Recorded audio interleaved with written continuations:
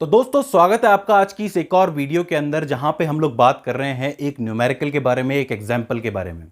दोस्तों ये जो चैप्टर है मूविंग चार्जेस इन मैग्नेटिज्म, इसके मेनली 3 पार्ट्स हैं। जहां पे हम पहले पार्ट में साइक्लोट्रॉन पढ़ते हैं, दूसरे पार्ट में हम लोगों ने पढ़ा टॉरॉइड और सोलेनॉइड जैसी युक्तियां, जहां पे एम्पियर का लॉ, बायो-सावर्ट का लॉ था। और तीसरे पार्ट में हम लोग कुछ इंस्ट्रूमेंट्स पढ़ते हैं जैसे कि गैल्वेनोमीटर, वोल्ट मीटर, एमीटर, इनकी वर्किंग।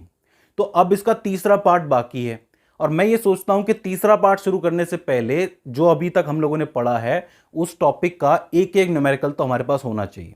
तो आज मैं बात कर रहा हूं सोलेनॉइड के एक न्यूमेरिकल के बारे में जो कि बुक का ही है। बुक का जो एग्जाम्पल नंबर 4.9 है, बहुत ईजी है। ये करना इसलिए ज़रूरी है ताकि आपको फॉर्मूले का यूज़ समझ में आ जाए, आप लोग कैसे यूज़ करोगे। देखिए एग्जाम्पल ये लिखा हुआ है, इसके अंदर कह ये रहा है कि आपके पास एक सोलेनॉइड है, एक परिनालिका है जिसकी टोटल लेंथ जो है वो L दे रखी है 0.5 मीटर और इसकी जो त्रिज्या है यानी कि रेडियस दे रखी है वो कितनी है 1 सेंटीमीटर। ठीक है, यानी कि लंबाई दे रखी है, रेडियस दे रखी है और ये कह रहा है कि इसके अंदर अगर हम 5 एम्पियर का करंट देते हैं, ठीक है 5 एम्पियर का करंट देते हैं, तो आप इसके अंदर टोटल मैग्नेटिक फील्ड जो इसके बीच में से होगी उसको कैलकुलेट कीजिए। और साथ में ये भी कह रहा है कि इसके अंदर टोटल जो फेरे हैं, टोटल जो टर्न्स हैं उसकी संख्या कितनी है 500 है। तो देखिए यहाँ पे फॉर्मूला कौन सा लगेगा, हमें पता है सोलेनॉइड है, वहाँ पे मैग्नेटिक फील्ड की स्ट्रेंथ निकालनी है वो भी अंदर से। तो फॉर्मूला आपको याद होगा mu not n i, mu not small n i. ठीक है, तो अब देखिए म्यू नॉट की वैल्यू अगर हमें निकालनी है तो म्यू नॉट अपॉन 4 पाई हमें पता है एक प्रोपोर्शनलिटी कांस्टेंट है जिसकी वैल्यू होती है 10⁻⁻7। म्यू नॉट की वैल्यू क्या होगी 4 पाई मल्टीप्लाई बाय 10⁻⁻7। एक चीज़ तो क्लियर हो गई। स्मॉल एन की वैल्यू निकालनी है, यहाँ पे टोटल नंबर ऑफ टर्न्स दे रखे हैं यानी कि कैपिटल एन की वैल्यू दे रखी है 500। हमें स्मॉल एन निकालना है तो इसको उसकी लेंथ से डिवाइड करना पड़ेगा। अगर आप पिछली वाली वीडियोस देख के आ रहे हैं तो आपको पता होगा स्मॉल एन इजिकल्स टू में कैपिटल एन अपॉन में एल होता है।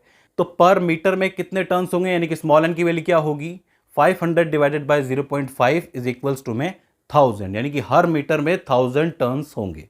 तो ये स्मॉल एन की वैल्यू हो जाती है। करंट की वैल्यू हमको दे ही रखी है आई इजिकल्स टू 5 एम्पियर। तो सीधे सीधे हम लोग फॉर्मूले में इसको रख सकते हैं।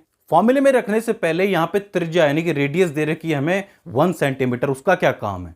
तो देखिए उसे हमने नेग्लेक्ट किया है। क्यों किया है, क्योंकि यहाँ पे टोटल लेंथ कितनी दे रखी है सोलेनॉइड की 0.5 मीटर यानी कि 50 सेंटीमीटर, करेक्ट।